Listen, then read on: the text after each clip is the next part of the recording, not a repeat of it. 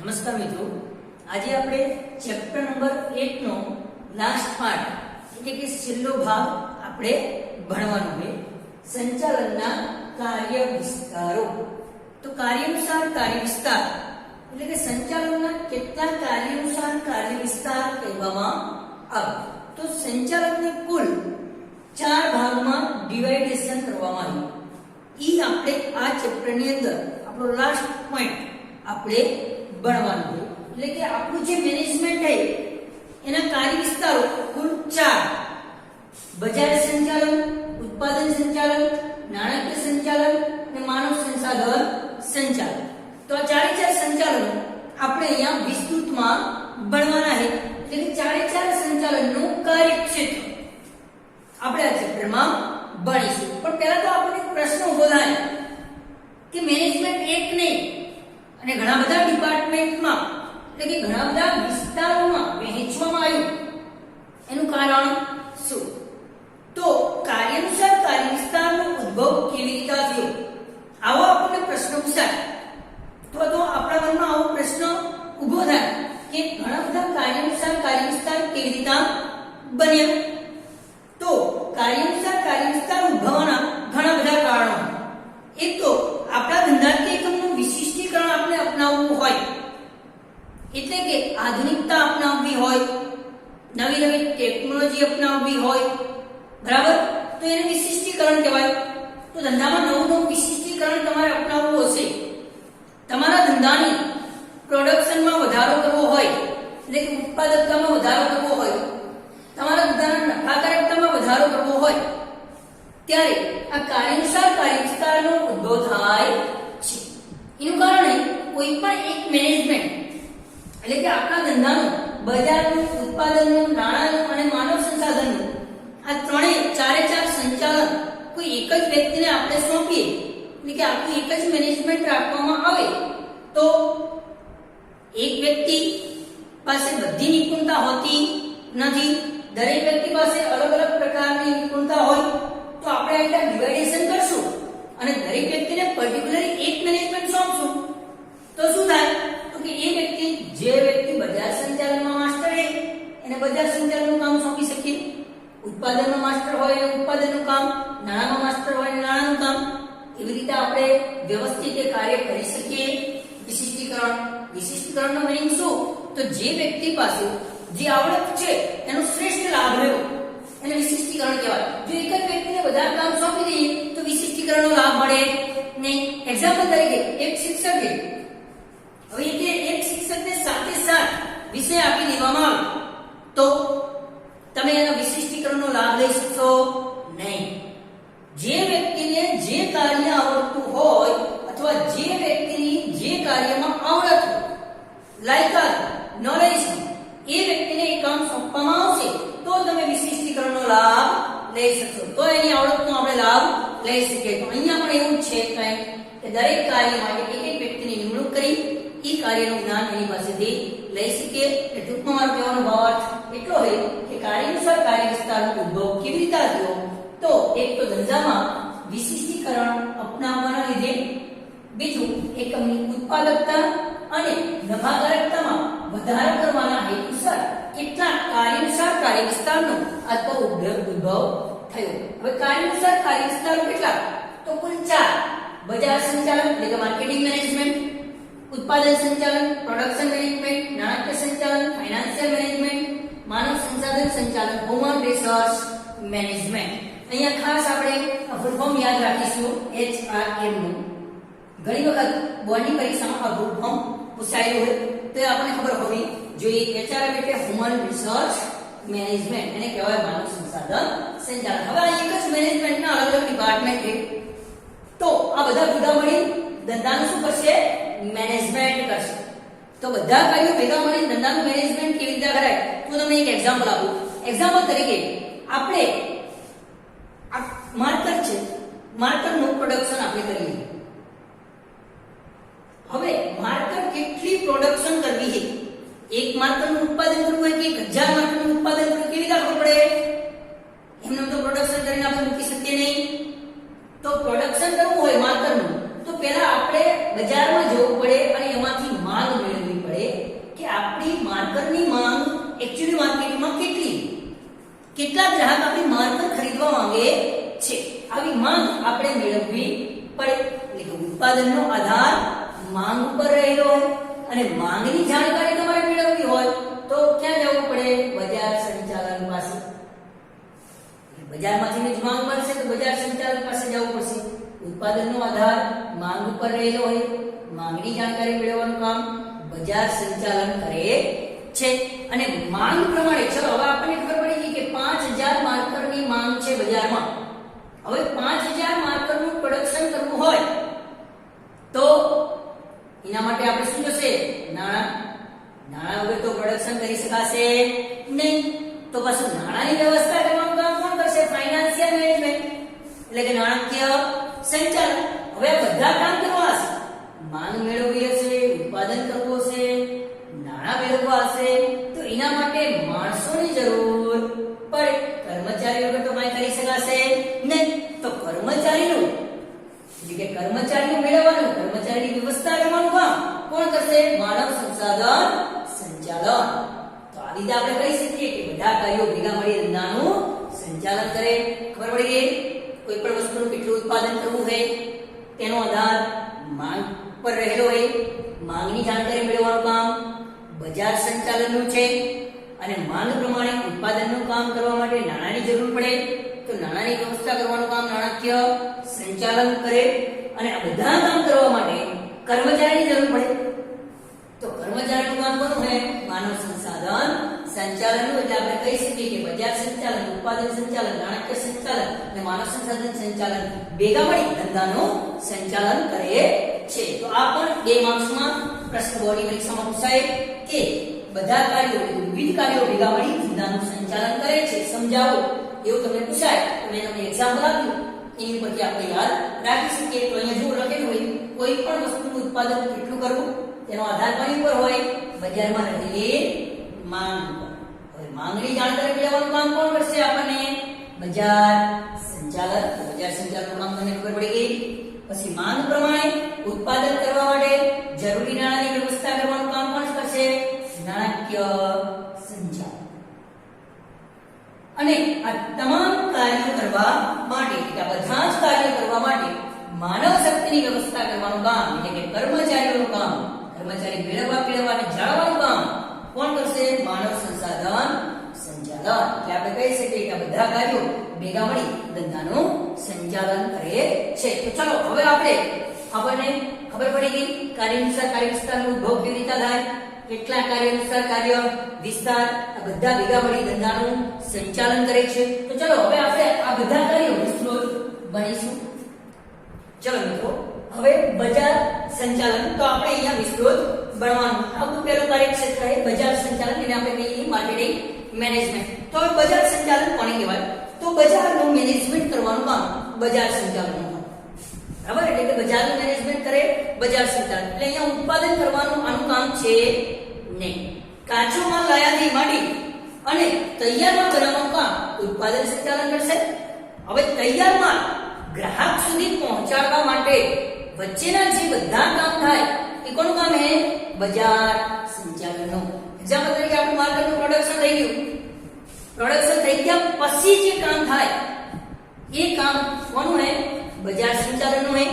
એટલે કે પ્રોડક્શન આપણે કરી નાખ્યું, હવે એ પ્રોડક્શન ગ્રાહકના, એટલે કે આખરી ઉપભોક્તા વપરાશકર્તા પાસે પહોંચાડવું હોય તો એ દરમિયાન ઘણા બધા કામ થશે. એટલે કે એની જાહેરાત કરવી, માલનું વિતરણ કરવું, બરાબર?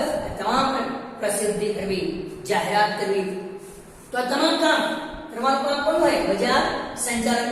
તો બજાર સંચાલનનો અર્થ આપણે ટૂંકમાં આપી શકીએ કે વસ્તુનું પ્રોડક્શન તૈયાર થઈ ગયા પછી ગ્રાહકના હાથમાં માલ પહોંચે ત્યાં સુધીની તમામ પ્રક્રિયા આવું ટૂંકમાં આપણે કહી શકીએ. એટલે કે માલ કે સેવા ઉત્પાદક પાસેથી ગ્રાહક સુધી પહોંચાડવાની પ્રક્રિયા. તો આને આપણે બજાર સંચાલન કહી શકીએ. વિસ્તૃતમાં આપવું હોય તો બજાર સંચાલન એક પ્રક્રિયા છે. હવે ચલો બજાર સંચાલન કેવી પ્રક્રિયા છે તમને આખી સમજાવું. બજાર સંચાલન એક એવી પ્રક્રિયા કે પહેલા તમારે ગ્રાહક પાસે જવું જોઈએ.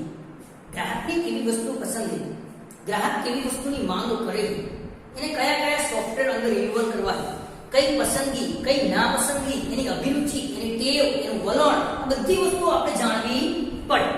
અને બધી વસ્તુઓ એની પાસેથી આપણે મેળવશું, પછી હું પ્રોડક્શન કરી શકું. એક્ઝામ્પલ તરીકે કોઈ ગ્રાહક એવું કહે કે મારે બ્લેક કલરની માર્કર જોઈએ, એની અંદર 7.7 પોઈન્ટ હોવો જોઈએ, એની અંદર આટલી જ ઇંક વપરાવવી પડે, આટલી જ પ્રાઇસમાં, આટલી ક્વોલિટી, આટલી ક્વોન્ટિટી, આવી બધી વસ્તુની જાણકારી મેળવવી પડશે, પછી જ તમે પ્રોડક્શન કરી શકશો. જો એમનો વસ્તુનું પ્રોડક્શન કરશો અને ગ્રાહકને વસ્તુ પસંદ નહીં આવે તો માર્કેટમાં આપણે ચાલી શકશો નહીં. એટલે પહેલી વસ્તુ શું છે? ગ્રાહક પાસે જવાનું, ગ્રાહકની જાણકારી મેળવવાની, એટલે કે એની કઈ જરૂરિયાત છે એ આપણે જાણવાની, અને જરૂરિયાત જાણ્યા પછી એવી વસ્તુનું આપણે પ્રોડક્શન કરશું, અને પ્રોડક્શન કર્યા પછી એના સુધી આપણે પહોંચાડીશું, જેથી કરી આપણે આપણા ગ્રાહકની અથવા તો ગ્રાહકનો એક વિભાગ હોય, ગ્રાહકનો વિભાગ એટલે મધ્યમ વર્ગનો ગ્રાહક, બરાબર, ન્યૂનતમ વર્ગનો ગ્રાહક, બરાબર, અમીર વર્ગનો ગ્રાહક, તો આવી એક વર્ગની આપણે જરૂરિયાત સંતોષી શકીએ. આ કામ બજાર સંચાલન. તો અહીંયા જો બજાર સંચાલન એક એવી પ્રક્રિયા છે કે આખી પ્રક્રિયા એની અંદર શું થાય તો કે જેના દ્વારા સર્વપ્રથમ ગ્રાહકની જરૂરિયાત નક્કી કરવામાં આવે, એટલે કે ગ્રાહકને કઈ વસ્તુની જરૂરિયાત છે એ આપણે નક્કી કરશું, અને તેને માલ કે સેવામાં આપણે શું કરશું? રૂપાંતર કરશું, તેને આખરી ઉપભોક્તા સુધી પહોંચાડવામાં આવશે, જેથી આપણે અમુક ગ્રાહક કે ગ્રાહકના વિભાગની જરૂરિયાત સંતોષી શકીએ. અને એમાં આપણે શું કરવાનું તો કે આપણા વ્યવસ્થા તંત્રને જે સાધનો મળ્યા છે એ સાધનોનો ઇષ્ટતમ ઉપયોગ થઈ શકે એવી રીતે નફાકારકતા ઉપર ભાર મૂકવામાં આવે છે. આને કહેવાય પ્રોડક્શન મેનેજમેન્ટ. તો ચલો, પ્રોડક્શન મેનેજમેન્ટના કેટલાક કાર્યક્ષેત્ર છે, એટલે કે એના ઘણા બધા કામ છે, એને આપણે 4P તરીકે ઓળખીએ, એટલે કે એના કુલ 4 કાર્યો હોય અને દરેકનું સ્પેલિંગ P થી શરૂ થાય, એટલે એને 4P તરીકે પણ ઓળખી શકાય છે. 4P તરીકે આપણે શું કરીએ? ઓળખી શકીએ, બરાબર. પેદાશ કે પેદાશ, મિશ્ર પહેલું, કિંમત બીજું, ત્રીજું ભૌતિક વિતરણ, અને ચોથું અભિવૃદ્ધિ, બરાબર. એટલે કે પ્રોડક્શન, પ્રાઇસ, ફિઝિકલ ડિસ્ટ્રીબ્યુશન્સ અને પ્રમોશન. તો એને 4P તરીકે આપણે ઓળખીએ છીએ. તો એને આપણે કહીએ બજાર સંચાલનના કાર્ય અનુસાર કાર્યક્ષેત્ર. એટલે કે બજાર સંચાલનમાં કુલ કેટલા કામ કરવામાં આવે તો બજાર સંચાલનમાં 4 કામ કરવામાં આવે. પેદાશ કે પેદાશ, મિશ્ર એટલે કે પ્રોડક્ટ અથવા તો પ્રોડક્ટ, મિશ્ર, કિંમત એટલે કે પ્રાઇસ, ભૌતિક વિતરણ અને અભિવૃદ્ધિ. તો ચલો હવે આ 4 કાર્યો આપણે અહીંયા વિસ્તૃતમાં ભણવાના છે, બરાબર. તો આ 4 કાર્યો હું તમને હમણાં વિસ્તૃતમાં નેક્સ્ટ પાર્ટમાં આપણે ભણીશું. ચલો મિત્રો, હવે આપણે 4P, બરાબર, 4P આપણે ભણવાનું છે, એટલે કે પ્રોડક્શન, પ્રાઇસ, પ્રમોશન, બરાબર, અને ડિસ્ટ્રીબ્યુશન. તો આ 4 4 4P આપણે અહીંયા ભણીશું. તો પહેલા હવે પેદાશ.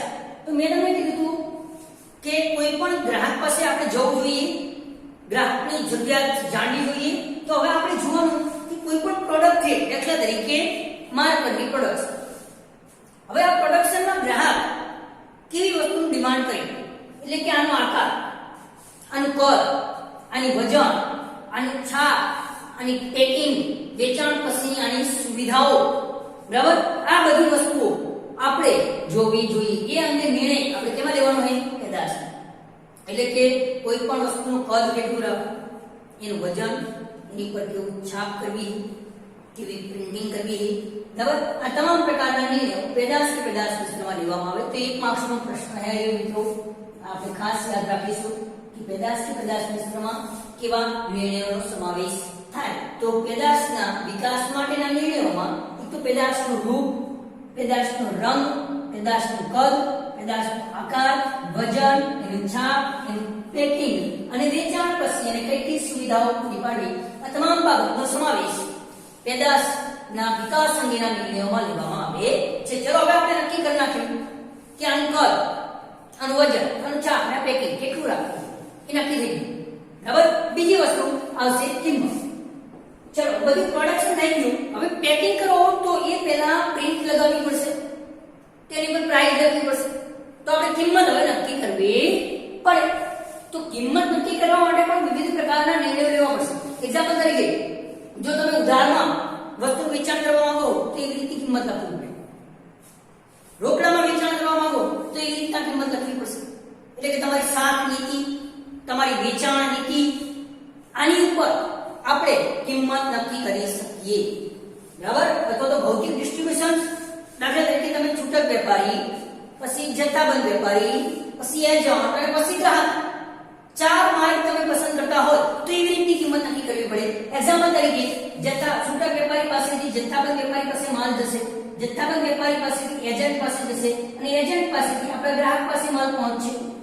તો આ દરેક વ્યક્તિનું કમિશન પ્રાઇસ ની અંદર એમઆરપી માં ઇન્વોલ્વ કરવું પડે. એવી રીતે પ્રાઇસ નક્કી કરી શકાય. તો ચલો પ્રાઇસ નક્કી કરવા માટે આપણે એ અંગેના નિર્ણયોમાં કઈ કઈ બાબતનો સમાવેશ થાય? તો વેચાણ નીતિ, એટલે તમે વેચાણ કેવી રીતે કરવા માંગો છો. સાખ નીતિ, બરાબર, એટલે કે બાકીમાં કે રોકડે. વટાવ નીતિ, એટલે કે એમાં વટાવ કાપવાનો નથી કાપવાનો. દાખલા તરીકે 10% વટાવે આપણે વેચવા માંગતા હોય તો 10% વટાવ વેચશો તો એની કિંમત એવી રીતે નક્કી થશે, અને 5% વટાવ કરશો તો એની કિંમત એવી રીતે નક્કી થશે. તો પહેલા તમારે નક્કી કરી નાખવાનું કે વટાવ આપવો કે ના આપવો. જથ્થાબંધ વેપારી કે છૂટક વેપારી દ્વારા વેચાણ કરાવવું હોય તો એનું કમિશન મેં તમને કીધું કે ઇન્વોલ્વ એમઆરપીમાં કરવું પડે. મધ્યસ્થીઓનું કમિશન વગેરે બાબતો આપણે જ્યારે કિંમત નક્કી કરતા હોય ત્યારે ધ્યાનમાં લેવી જોઈએ. એમના કોઈ પણ વસ્તુની કિંમત નક્કી કરી શકાય નહીં. ચલો હવે કિંમત નક્કી થઈ ગઈ, પ્રોડક્શન થઈ ગયું, પદ આકાર વજન સાત પેકિંગ અનુસાર પ્રાઇસ આને નક્કી કરી નાખી, બધી મધ્યસ્થીઓનું કમિશન યાદ કરી નાખી, વટાવ નીતિ, સાત નીતિ, વેચાણ નીતિ દ્વારા આપણે કિંમત નક્કી થઈ ગઈ. કિંમત નક્કી થઈ ગઈ. હવે આપણે આ માલ ગ્રાહક સુધી પહોંચાડવાનો છે. આ માર્કેટ હવે ગ્રાહક સુધી લઈ જવી પડશે ને. હવે તો ગ્રાહક સુધી આપણે કેવી રીતે દેવી? આપણે જાતે ગ્રાહકને દેવા જવું, છૂટક વેપારી દ્વારા ગ્રાહકને દેવડાવવું, જથ્થાબંધ વેપારી દ્વારા દેવડાવી, એજન્ટ દ્વારા દેવડાવી. તો એ અંગેનો નિર્ણય અહીંયા લેવો પડે. એટલે કે ભૌતિક વિતરણના માર્ગ ચાર પ્રકારના. એક આપણે પોતે જાતે, એટલે આપણે પોતાની દુકાન દ્વારા વેચાણ કરી શકીએ, છૂટક વેપારી દ્વારા વેચાણ કરી શકીએ, જથ્થાબંધ વેપારી દ્વારા વેચાણ કરી શકીએ, એજન્ટ દ્વારા. બરાબર? એટલે ચાર માર્ગ હોય ભૌતિક વિતરણના. તો આમાંથી તમારે કયો માર્ગ પસંદ કરવો હોય એ નિર્ણય અહીંયા લેવામાં આવે. બરાબર? તો ભૌતિક વિતરણ, તો કે ભૌતિક વિતરણની બાબતમાં કયા કયા નિર્ણયો? તો પોતાની દુકાન દ્વારા વેચાણ કરવું હોય એટલે કે શૂન્ય સપાટી વાળી વિતરણ વ્યવસ્થા, જથ્થાબંધ વેપાર દ્વારા, છૂટક વેપાર દ્વારા કે એજન્ટ, એ નિર્ણય અહીંયા લેવામાં આવે. અને ભૌતિક વિતરણ બે બાબતો સાથે સંકળાયેલું હોય તો તમારો ધંધાનો કદ અને વિસ્તાર. દાખલા તરીકે આપણે ખાલી એક જ તાલુકા પૂરતું અથવા તો એક નાના સેન્ટર પૂરતું વસ્તુનું વેચાણ કરવા માંગતા હો તો એવી રીતે સપાટી નક્કી કરવાનું. પણ તમે આખા દેશમાં આંતરરાષ્ટ્રીય લેવલ સુધી તમારે વસ્તુનું વેચાણ કરતા હશો, બરાબર, તો તમારે ભૌતિક વિતરણનો નિર્ણય એવી રીતે લેવાનો. બરાબર? એટલે કે આનો આધાર બે બાબત ઉપર હોય. વિતરણની બાબતનો આધાર એક તો ધંધાનું કદ કેટલું હોય અને એક ધંધાનો વિસ્તાર. એટલે આપણે મોસ્ટ ટાઈમ બોર્ડની પરીક્ષામાં પ્રશ્ન પૂછાય ભૌતિક વિતરણમાં કઈ બે બાબતો સાથે સંકળાયેલું હોય તો ધંધાનું કદ અને ધંધાનો વિસ્તાર. અભિવૃદ્ધિ, ચલો હવે આપણે પ્રોડક્શન થઈ ગયું, કદ, વજન, સાત પેકિંગ નક્કી થઈ ગયું, કિંમત પણ અહીં એમઆરપી નક્કી કરી નાખી, ગ્રાહક સુધી કેવી રીતે મોકલશું એ પણ નક્કી થઈ ગયું. પણ હવે વેચાણ વધારવું હોય કે ભાઈ એક કરતા વધુ 1000 વસ્તુનું વેચાણ થાય, 2000 વસ્તુનું વેચાણ થવું પડે, એ કેવી રીતે થશે? તો એ અંગેનો નિર્ણય આપણે ક્યાં લેવાનો હોય? ભૌતિક વિતરણમાં. ભૌતિક વિતરણ એટલે શું? તો વેચાણમાં નોંધપાત્ર વધારો કરવો. એટલે કે આપણી વસ્તુનું જેટલું વેચાણ થાય એના કરતા પણ વેચાણ વધે, એને અભિવૃદ્ધિ કહેવાય. અભિવૃદ્ધિનો અર્થ આપણે ખાસ યાદ રાખશું, વેચાણમાં નોંધપાત્ર વધારો કરવાના પ્રયત્નો. મિત્રો આપણને ખબર છે વેચાણ કેવી રીતે વધે? એક તો એડવર્ટાઇઝમેન્ટ જેટલી તમે વધુ કરશો એટલું તમારું વેચાણ વધશે. કારણ કે કોઈ પણ ગ્રાહકને એક જ ધારું તમે તમારી એડવર્ટાઇઝ આપશો તો એના માનસ પટ ઉપર તમારી વસ્તુ સમાઈ જશે અને જ્યારે માર્કેટમાં વસ્તુની ખરીદી કરવા જશે ત્યારે એ વસ્તુની પહેલા પસંદગી કરશે. એક્ઝામ્પલ તરીકે કોલગેટ, પાર્લેજી, બાલાજી, આ બધા નામ તમે સાંભળ્યા હશે. તો તમે જોયો વર્ષોથી વસ્તુ માર્કેટની અંદર છે, ઘણા બધા હરીફો છે, છતાં પણ એ માર્કેટમાં ટકી શકે છે એનું કારણ જાહેરાત, ક્વોલિટી, ક્વોન્ટિટી. તો આને કહેવાય અભિવૃદ્ધિ. એટલે કે વેચાણમાં નોંધપાત્ર વધારો કરવો એને આપણે અભિવૃદ્ધિ કહીએ. તો અભિવૃદ્ધિ એટલે કે વેચાણમાં નોંધપાત્ર વધારો કેવી રીતે થાય? તો એક તો જાહેરાત દ્વારા. તમે વધુને વધુ જાહેરાત કરશો તો વેચાણમાં વધારો કરી શકશો. પ્રસિદ્ધિ, પ્રસિદ્ધિ કોને કહેવાય? તો આપણે ક્યાંક ને ક્યાંક એડવર્ટાઇઝ સાંભળતા હશો, બિફોર એન્ડ આફ્ટર. પહેલા આવું હતું, અત્યારે આવું થઈ ગયું. એટલે કે ગ્રાહક પોતે જ એનો અનુભવ વસ્તુ વિશે બીજા ગ્રાહકને કહેશે તો એને આપણે પ્રસિદ્ધિ કહીએ. એવી રીતે પણ વેચાણમાં નોંધપાત્ર વધારો કહી શકીએ. વ્યક્તિગત વેચાણ, સેલ્સમેન, આપણે જ્યારે કહીએ કે ઘરે ઘરે જઈ વસ્તુનું વેચાણ કરવું, બરાબર, તો એનાથી પણ વસ્તુનું વેચાણમાં વધારો કરી શકાય. તો આ તમામ બાબતોનો સમાવેશ અભિવૃદ્ધિમાં થાય. અને અભિવૃદ્ધિને કારણે ખર્ચ વધશે. જાહેરાત કરશું તો ખર્ચમાં વધારો થશે. વ્યક્તિગત વેચાણ કરશું તો ખર્ચ વધશે. પ્રસિદ્ધિ કરશું તો ખર્ચ વધશે. પણ જેટલો ખર્ચ વધે એના કરતા પ્રોફિટ એના કરતા વધુ થાય. એટલે આ પ્રસિદ્ધિ અભિવૃદ્ધિને કારણે એટલો ખર્ચ થશે, પરંતુ તેની સામે વેચાણ અને એકમનો પ્રોફિટ વધે છે. તો ચલો આ આપણા 4P હતા. આ 4 કાર્ય બજાર સંચાલક દ્વારા કરવામાં આવે. પેદાશ વિશ્વ, બરાબર, તો એ આપણું બજારનું મુખ્ય તત્વ છે. બરાબર, એની અંદર કયા કયા નિયમ? રૂપ, રંગ, કદ, આધાર, વજન, શાક, પેકિંગ, વેચાણ પ્રસંગ સીઓ. એના પછી આવશે કિંમત. તો અત્યારનો આપણને ખબર છે અત્યારનો ગ્રાહક એવો હોય કે મારે વસ્તુ સારી પણ કિંમત ઓછી, એટલે કે યોગ્ય ગુણવત્તાવાળી વસ્તુ અને વ્યાજબી કિંમતે મેળવવા માંગતો હોય. બરાબર, એટલે કિંમત નક્કી કરવી મહત્વની બાબત છે. તો એની અંદર આપણે વેચાણ નીતિ 7 બતાવવું, જથ્થાબંધ વેપાર, છૂટક વેચાણ, મધ્યસ્થીનું કમિશન. બરાબર, આના દ્વારા આપણે કિંમત નક્કી કરી શકીએ. ભૌતિક વિતરણ, તમે વસ્તુનું વિતરણ કેવી રીતે કરશો? તો કે પોતાની દુકાન દ્વારા, જથ્થાબંધ વેપારી, છૂટક વેપારી કે એજન્ટ. એમાં બે બાબત સાથે સંકળાયેલું ધંધાનો કદ અને વિસ્તાર. અભિવૃદ્ધિ, તો વેચાણમાં નોંધપાત્ર વધારો. અભિવૃદ્ધિમાં કયા કયા નિયમ? જાહેરાત, પ્રસિદ્ધિ, વ્યક્તિગત વેચાણ. તો મિત્રો આ બધા એક માર્ક્સના પ્રશ્ન છે. 1, 2, 3, 4, 5 દરેક લાઈનમાંથી એક માર્ક્સનો પ્રશ્ન તમે શોધી શકો.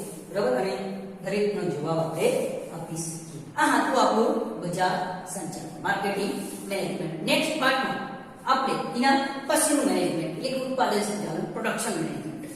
બરાબર, તો એ આપણે નેક્સ્ટ પાર્ટમાં ભણીશું.